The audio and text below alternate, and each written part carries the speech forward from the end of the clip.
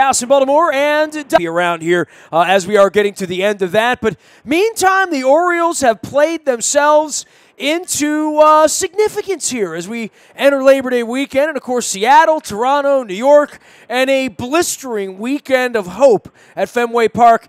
Eddie Matz covers all things baseball locally and regionally for ESPN and the worldwide leader. You can follow his journey out on Twitter at ESPN Eddie Matz. And he has been spending lots of time trying to figure out if the Nationals can represent the National League in the World Series. But, Eddie, don't look now. The Orioles are still in this thing, right? Yeah, count me among the people who stuck a fork in them. I did. I thought they botched it at the trade deadline. I thought they should have traded Britton, not to mention a few other guys. And I thought the fact that they bought Beckham and Hellickson, even if they didn't give up a lot, I thought the whole thing was wrong. And here we are, like you said, heading into Labor Day weekend, and I'm looking stupid. Well, I don't know if it's enough to say, well, they're going to hang in and they're going to play another month of meaningful baseball. I still think for Machado, for Britton, for the guys they didn't deal at the deadline, the measurement comes at the end of next year, whether they're going to pony up and keep Machado around, what they're going to do with Scope. But in the meantime, in the here and now and where they are, with a real opportunity here, there are 7 teams. They're playing several of them along the way here. You got to look at the Beckham trade and say, in its individuality for a month, it is the greatest trading deadline deal I've ever seen, man. Crazily.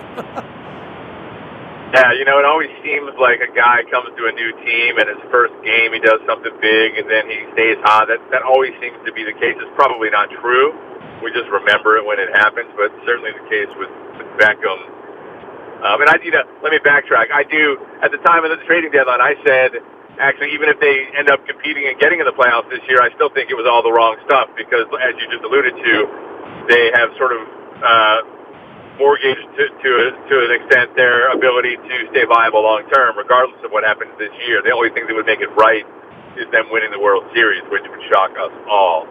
But yeah, Beckham's been unbelievable. I don't think anybody saw this coming. Obviously, he's not going to continue hitting whatever he's hit 500 for the rest of his career as an Oriole. But he's been the injections that they needed offensively. And then really the big story is the pitching, right? The pitching's been coming around and doing the job. That's no secret. That's what baseball is. You pitch, you score more runs than the other team, you're going to do it. And that's what they've been doing. Well, since the All-Star break, they've been as good as anyone offensively as well. And certainly Machado has suddenly, dropped that whole thought of the Mendoza line and, is now flirting with the upper 270s, making huge contact, hitting home runs, doing all of that stuff that says, look at me, I'm a $400 million baseball player. Yeah, it's crazy. You would think that a guy who is, he's a veteran now. He's young, but he's a veteran. And I think we thought that he was past those kind of peaks and valleys, right? You think that guys like him wouldn't be susceptible to essentially an 80-game slump or a 90-game slump. But I think we were all wondering, what's the deal with him? Is he hurt? Is it the pressure of upcoming free agency? What exactly is going on? And then, right when you're about to lose hope, he just goes off and reminds you that he's Manny Machado, and when he's like that, it's impressive to watch. He's happy with what Giancarlo Stanton's doing, and obviously Machado's not quite on that level right now. But when one guy, one heavy hitter gets hot like that, he can carry a lineup, and that's what Stanton's been doing. And obviously Machado, it's not just been him, but it makes the Orioles lineup completely different when he's doing that. It's fascinating. This whole thing's been stretched out a little bit by Bundy and them wanting to conserve him. It's obviously the innings next year and the year after that and the year after that they're expecting to get from him, and especially after the injury and the shutdown with him. But this 6-man thing that Buck has sort of tinkered with and sliding Tillman in there and making a little room, yeah, I guess on, a 6-man rotation by its very nature, for most guys, all of them would be a little stronger, all of them would be a little better. I don't know that it trends that way. I don't know if we're going to be adding roster spots into the future. And perhaps they should at some point. If this is the way pitching's going to go and the way bullpen matchups are going to go, it certainly doesn't make for shorter games. But that being said, they've been better pitching-wise with a little bit more rest for all of these guys universally over the last month.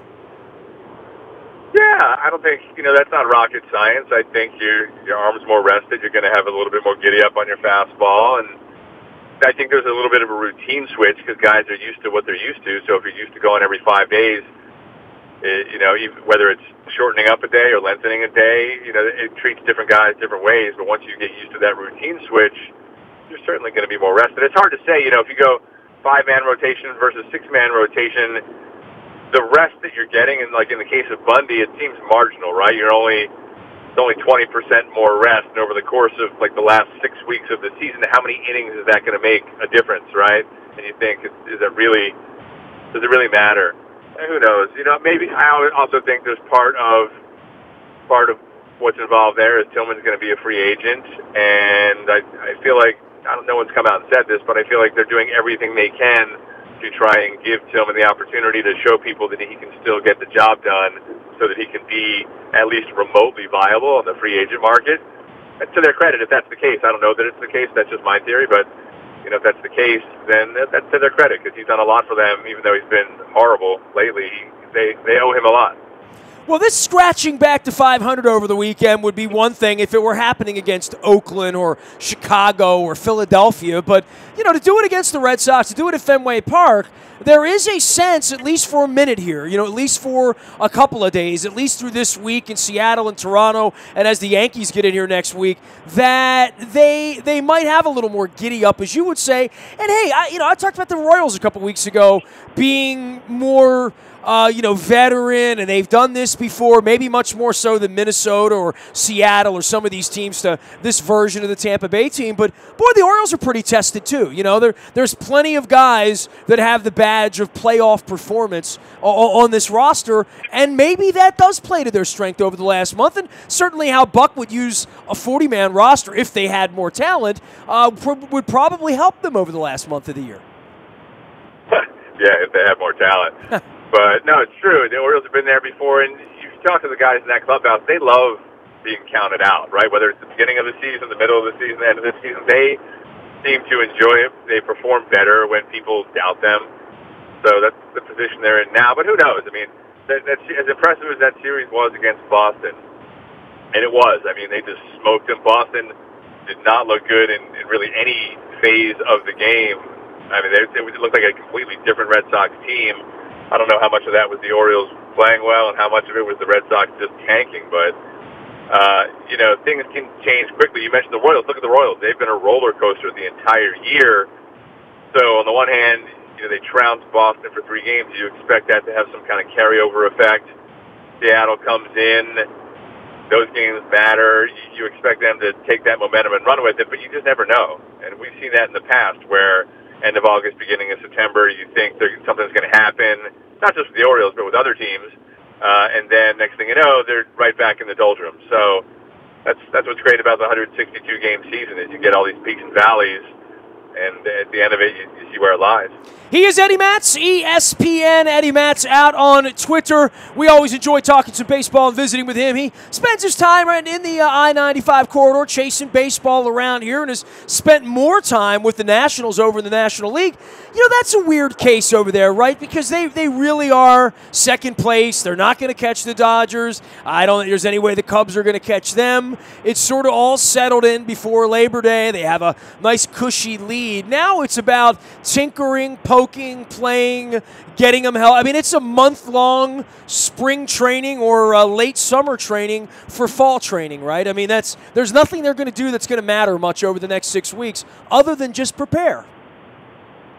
Yeah, they've been fortunate to put themselves in a position where, and there's a lot of, like, the Dodgers could say the same thing. The Astros without Correa, Dodgers without Kershaw, all 3 of those teams can afford to let their guys heal, and it's really not going to affect them. So, yeah, it's weird. You go to the games these days, and it's almost like, what are we looking at? I feel like they're more. Recently, I was at a game, and I thought it was more like the Washington Generals and the Washington Nationals, right? The team that always used to lose to the Harlem Globetrotters, and you're like, who are these guys? That's what it was like. There was nobody out there, But they're getting healthy. Jason Worth's about to come back. Trey Turner's about to come back. Scherzer's coming off the disabled list. Strasburg is back and looking good. The big question mark is Bryce Harper. He had that gruesome-looking knee injury earlier in August. if you watched it, you thought, man, that's like the ACL, the PCL, the QCL, the TCL. I mean, it just looked nasty. They're calling it a bone bruise. It actually looked like the October L, quite frankly. You know what I mean? Like, and that's not the L you want if you're a Nationals fan. That's right. You know, they called Jason Worth's injury a bone bruise back in early June. He fouled a ball off his foot, and they said it was a bone bruise. It came out later, much later, that it was a fracture, which doesn't really surprise you if you follow the Nationals and how they handle their injury news. And now it's been almost 3 months. You know, Worth will have been out about 3 months. So it's hard to say what's going to happen with Harper. I saw him in the clubhouse the other day, and he had a limp. You could see a little bit of a limp there. He hasn't resumed any kind of baseball activities, and he doesn't look like he's close to resuming any kind of baseball activities.